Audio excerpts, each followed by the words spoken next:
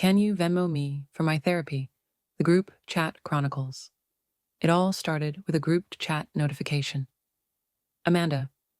Okay, everyone, this is an emergency. Who's free tonight for margaritas? My life is falling apart. Venmo me for my therapy after. Classic Amanda, I thought. But to be honest, it was the kind of chaos I needed.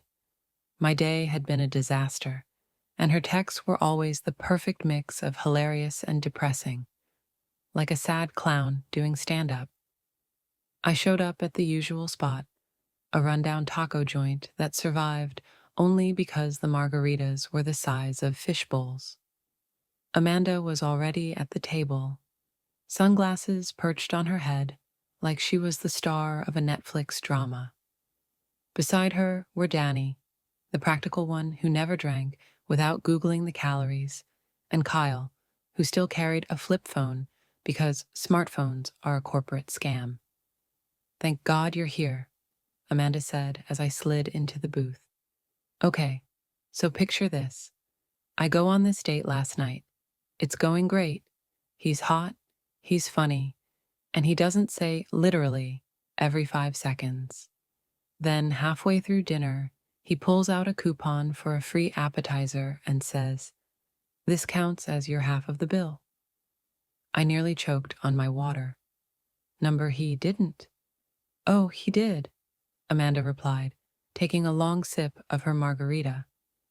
And then he asked me if I could Venmo him for the Uber he took to get there. Can you believe that? Kyle snorted. Honestly, kind of a power move.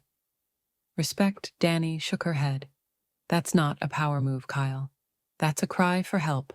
And Amanda, please tell me you blocked him. Amanda grinned. Oh, I blocked him. Right after I Venmo requested him for emotional damage. The table erupted into laughter, but the conversation quickly spiraled into a confessional of our worst financial and emotional blunders.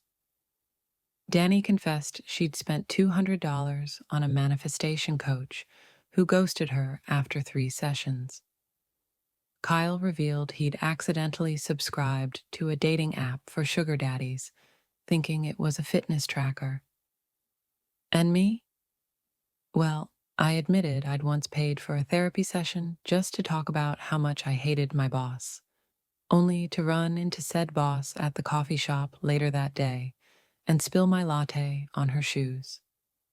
As the night wore on, our stories got louder and wilder, and the margaritas kept coming. By round 3, Amanda was reading out loud from her Venmo history. $50 to Danny for accidentally lighting your candle collection on fire. $20 to Kyle for ruining Friendsgiving by serving tofu turkey. $15 from me for gas money to escape my family during Christmas. You know, Amanda said, swirling the last bit of her drink, maybe life would be easier if we could just Venmo each other for therapy. Like, you listen to my problems for an hour, and I'll send you $30. It's cheaper than a therapist, and you're more fun anyway. That's actually genius, Kyle said. We could make an app for it. Call it, like, Friendmo or something. Or Trauma Pal, Danny added. Therapy Venmo, I offered. Amanda grinned. Okay, but if one of you actually steals this idea, I'm suing.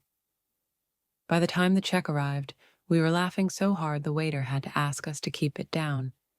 And even though we all swore we'd split the bill evenly, Amanda ended up paying the whole thing.